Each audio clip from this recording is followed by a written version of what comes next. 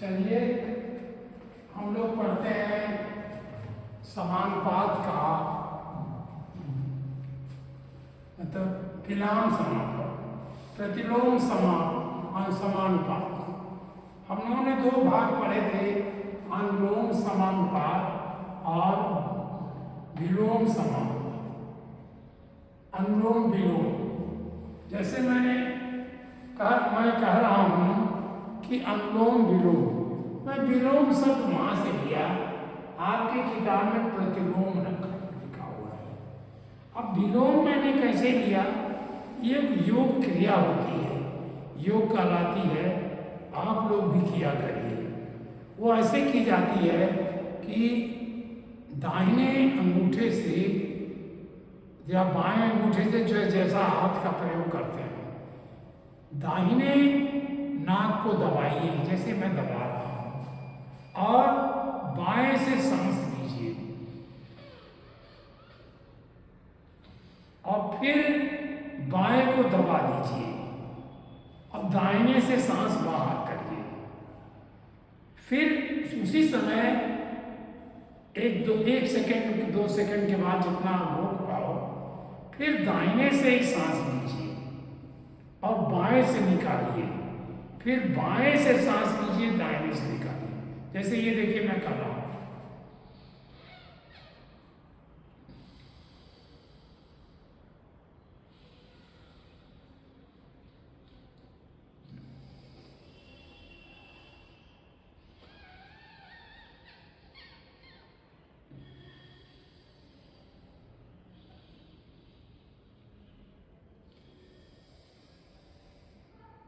ऐसे आप करें, ये बहुत ही फायदा देती है जो सांस वाले लोग हैं।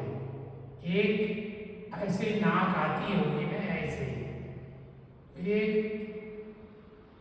ये उसका छेद होता है, एक ही होता है, यही तो नाक होती है, इसके बाद आँख होती है, ये माथा होता है। तो पहले आप बाएं को सांस लीजिए, पहले क्रिया में बाएं को सांस लीजिए, ऐसे करिए और उसी से सांस बाहर कर दीजिए, ये कर दीजिए। और इधर का पहली क्रिया, फिर यहाँ से सांस जाएगी और ये इससे सांस आएगी, तो दोनों का पहली क्रिया ये हुई। फिर दूसरी क्रिया में ये सांस फिर जाएगी और दूसरे से फिर आएगी, ऐसी दूसरी क्रिया भी होगी। तो ये अनुलोम विलोम जो है प्राणायाम कहलाता है। अनुलोम विलोम बहुत ही फेमस, बहुत लाभकारी है और हमारे यहाँ अब इस देश में सबसे ज़्यादा लोग करने लगे हैं। मैं करीब 1 घंटे अनुलोम विलोम करता हूँ, मतलब 4:35 पर 4:30 पर मैं शुरू करता हूँ और 5:30 पर समाप्त करता हूँ। यही नहीं, मेरा एक पोता जो 5वीं क्लास में है, अब वो भी 15-20 मिनट अनुलोम विलोम करता है। ये अच्छी बात है, आपके मेमोरी पर भी अच्छा असर आएगा और सब चीज़ें रहेंगी। तो ये विलोम शब्द मैंने वहाँ से लिया, आपकी किताब में उसका नाम लिखा है प्रतिलोम, लेकिन हमने जो पढ़ा था विलोम भी पढ़ा था, तो मैंने विलोम समानुपात। विलोम मैंने उल्टा, आपने पहला अनुलोम पढ़ा था, अनुलोम समानुपात तक आपने पढ़ा था, अनुलोम समानुपात तक या समानुपात, अनुलोम समानुपात। अब हम इसका उल्टा कर रहे हैं, विलोम समानुपात। ये उल्टा है। उल्टा कैसे है ये अब मुझे बताना है कि इसलिए उल्टा है। कुछ काम ऐसे होते हैं, जब आप 5 किताबें खरीद जाएंगे तो आपके किताब आपने खरीदी, कि किताबें लिख दिया मैंने, किताबें, और मूल्य लिख दिया। 5 किताबों का आपने 25 रुपए दिया, तो 10 किताबों का कितना देंगे? 10 किताबों का 50 रुपए देंगे, और 20 किताब का कितना देंगे? 100 रुपया देंगे। मतलब ये बढ़ रहा था तो ये भी बढ़ रहा था, ये भी बढ़ेगा। लेकिन कुछ काम ऐसे हैं जो उल्टे होते हैं। जैसे 5 मजदूर, अब मजदूर लीजिए या श्रमिक, का ये जो भी काम हो, अच्छा सब तो श्रमिक है, 5 श्रमिक, श्रम करने वाले लोग। मजदूर शब्द जो है वो मेरे हिसाब से गलत है, ये गाली जैसा रहता है। ये मजदूर श्रमिक वो श्रम करते हैं। वो आपके 10 श्रमिक थे और एक घर बना रहे थे, घर बना रहे थे, घर बनाए, आपके लिए घर बनाए, वो 20 दिन में बना। तो हम ये कहें कि अगर 20 मजदूर होते तो कितने दिन में बनता? निश्चित रूप से कहते कि वो 5 दिन में बनता, 10 दिन में बनता।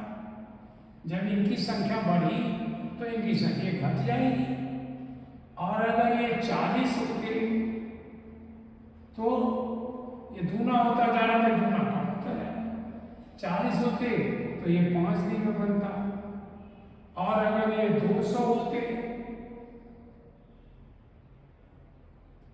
तो ये 1 दिन में बन जाता। तो ये कहने का मतलब ये बढ़ रहा था, लेकिन ये घट रहा था।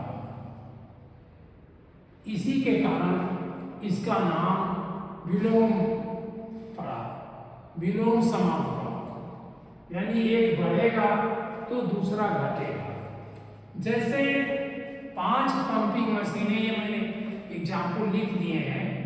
5 ये किताबों के मूल्य हैं, ये किताबों की संख्या है, ये किताबों की संख्या बराबर ये मूल्य रुपए बराबर, और बनाइए दिन, घर बनाने के दिन।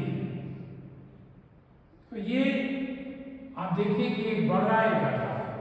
उसी तरह से कहा 5 पंपिंग मशीनें एक काम पूरा करने में 6 घंटे लेती है, 60 घंटे लेती है, तो 10 मशीनें कितना लेंगी? आप तो तुरंत लिख दोगे 30 घंटे आप तुरंत लिख दोगे। जब ऐसे क्वेश्चन जल्दी के लिए तो हाँ ना में पूछी जाए और तुरंत उसका उत्तर लिखना, तो आप नहीं करिए। लेकिन अगर कारण बताना है तो ये देखिए, ये दोनों 5 मशीनें हैं। अगर मशीनों की संख्या बढ़ेगी तो घंटे की संख्या कम होगी। यानी अगर इस डायरेक्शन में चलेगा तो ये उल्टा चलेगा। आप इसको कह सकते हो कि ये ऐसा चल रहा था, ये ऐसे ही बना सकते हो। तो फिर आपको ऐसे बनाना पड़ेगा। ये तो आप इसको हम अभी नहीं ले रहे हैं, आप चाहिएगा करके देख लीजिएगा। तो यहाँ हम इसको पहले लिख रहे हैं, चाहे आप दोनों में जैसे लिखिए 5:10, और यहाँ लिखेंगे दिन तो नहीं आया, डी का डी लिख दिया मैंने, या आवर लिख दिया, घंटे था तो ये आवर लिखा, ये आवर। तो यहाँ देखिए 5 ऊपर था 5:10, यहाँ हमने किया H/60, उल्टा लिखा। ये उधर से इधर आया, ये इधर से इधर आया। अब इसको अनुपात जैसे आप सॉल्व करते हो, 5/10 इंटू और इक्वल टू H/60। H की वैल्यू कैसे निकाला?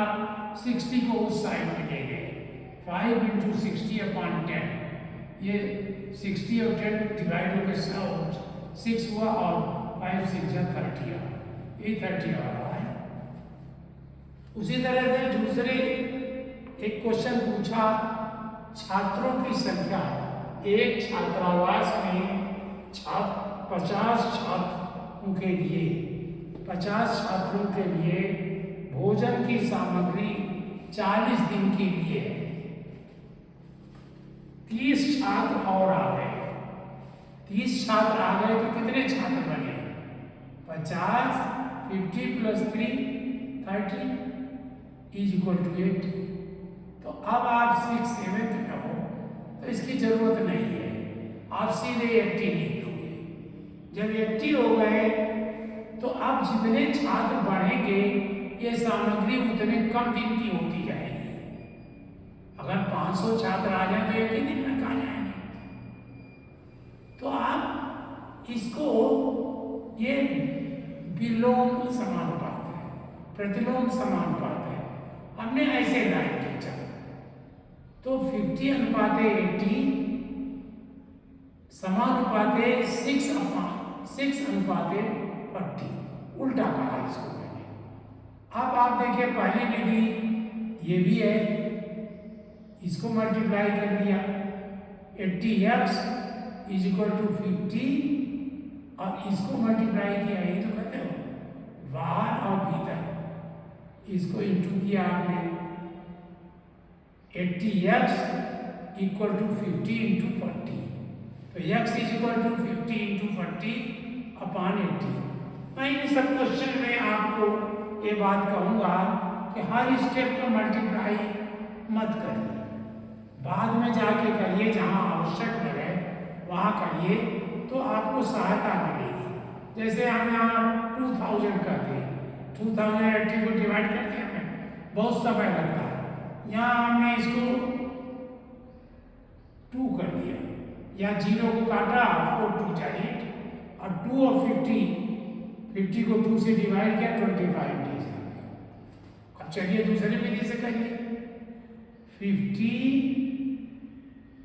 अपॉन 80, ये भी तो हुआ, कहाँ से? इसके कारण 50 upon 80 is equal to x upon 40। तो x की वैल्यू क्या होगी? 50 into 40 upon 80 is equal to x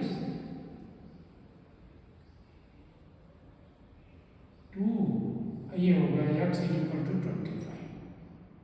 जैसे मैं लिख रहा हूँ वैसे भी आप लिख सकते हो, इसमें समय आपका बचेगा। यहाँ का बिंदु ये जो आया 2 से डिवाइड किया तो ये 1 हुआ, ये 25 हुआ।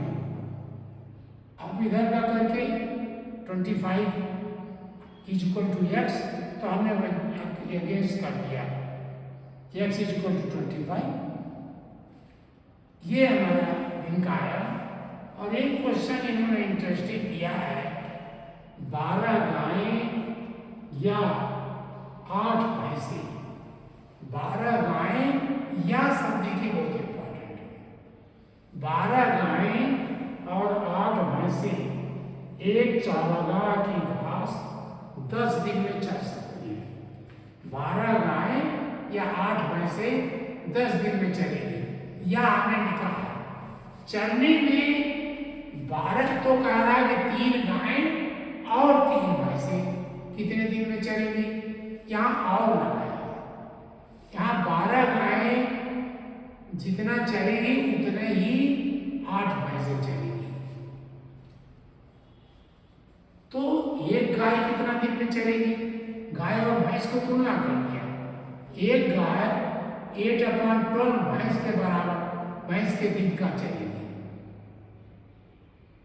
तो 3 गाय का दिन कितना हुआ? क्योंकि 3 यानी गाय, गाय को भैंस से बदल दिया, मतलब वास्तव में क्या किया? गाय को, गाय का दिन ये बदल दिया भैंस का दिन, भैंस के दिन तो दोनों को बदल दिया, भैंस दिन बना दिया। ये काम हमने किया। यहाँ इससे किया 3 गायें थी तो 8/12 into 3 that is 24 और 2 भैंस का दिन है। 3 गायें जितना एक चरती उतने 2 भैंसें चल रही थी। ये काम तो हमारा बन गया। तो 3 गाय कितनी हुई? ये 2 भैंस हुई, ये 2 भैंस हो गई है और 3 भैंसें पहले से थी। तो 2 गाय, 3 गाय प्लस और लिखा तो प्लस 3 भैंस, ये बराबर हो गई 2 भैंस प्लस 3 भैंस,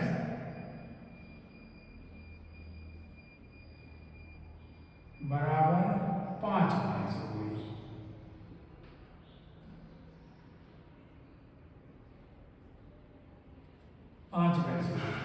तो अब आइए यहाँ, भैंसें 8 थी तो 10 दिन में चल रही थी। ये अपने 8 भैंसें, या लिखा है 8 भैंसें 10 दिन में चल रही थी। तो 5 भैंस कितने दिन में, क्योंकि 5 यहाँ है, 5 भैंसें कितने दिन में चलेंगे उसको हमने डी लिख दिया।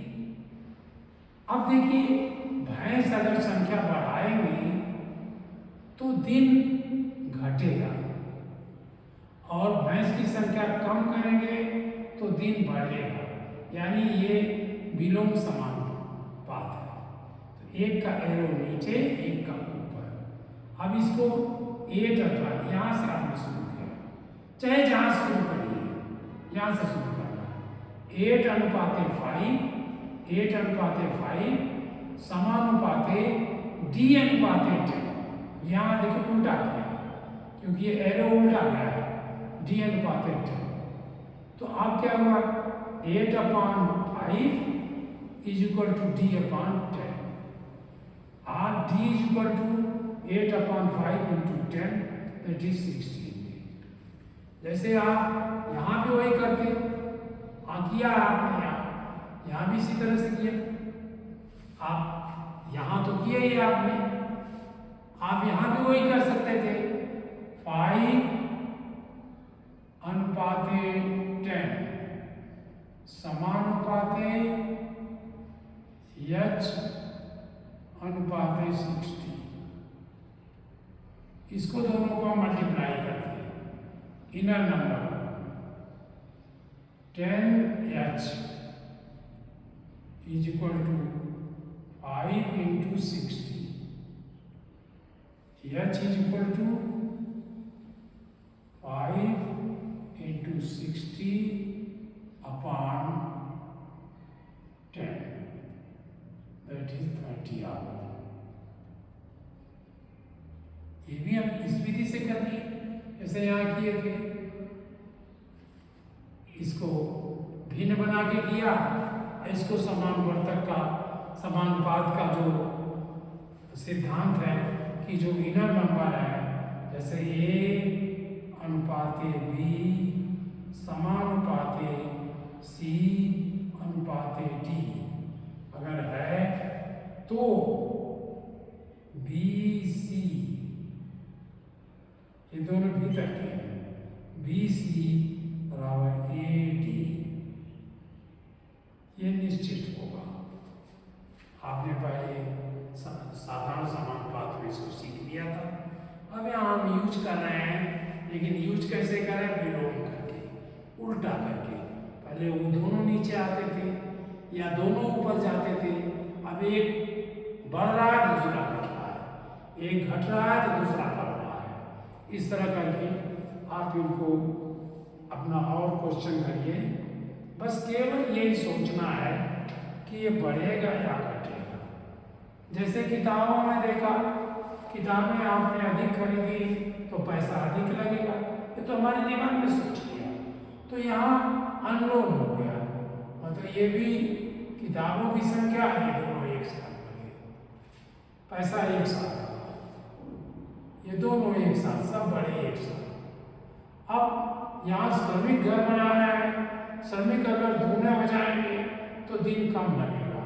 और आप सोचो अगर एक श्रमिक होता तो कितना दिन लगता, एक श्रमिक होता तो 200 दिन लगता, 200 दिन लगता। यानी श्रमिक की संख्या घटाएंगे तो दिन का बढ़ेगा, और श्रमिक की संख्या बढ़ाएंगे तो दिन का नंबर घट जाएगा, उल्टा होगा। तो इसलिए इसको विलोम समानुपात कहते हैं और इस तरह सॉल्व करते हैं, जस्ट उसी तरह जैसे साधारण समानुपात करते हो। कोई अंतर नहीं है। साधारण समानुपात केवल एक बार सोचना है कि इसकी दिशा कौन होगी, और इसमें यह भी नहीं सोचना है आप अगर यहाँ से लगा दोगे तो भी कोई अंतर नहीं है। जैसे एक बार मैंने लगाया था, हमने कहा ये डायरेक्शन ये कर दी तो ये डायरेक्शन ऊपर हो जाएगी, तो ये क्या हो जाएगी, ये डायरेक्शन बनेगी 50/80, 50 आप गए आएंगे 80/50, 80/50, और वहाँ बन जाएगी 40/x, x को उधर ले जाएंगे, ये बन जाएगा 40 × 50/80,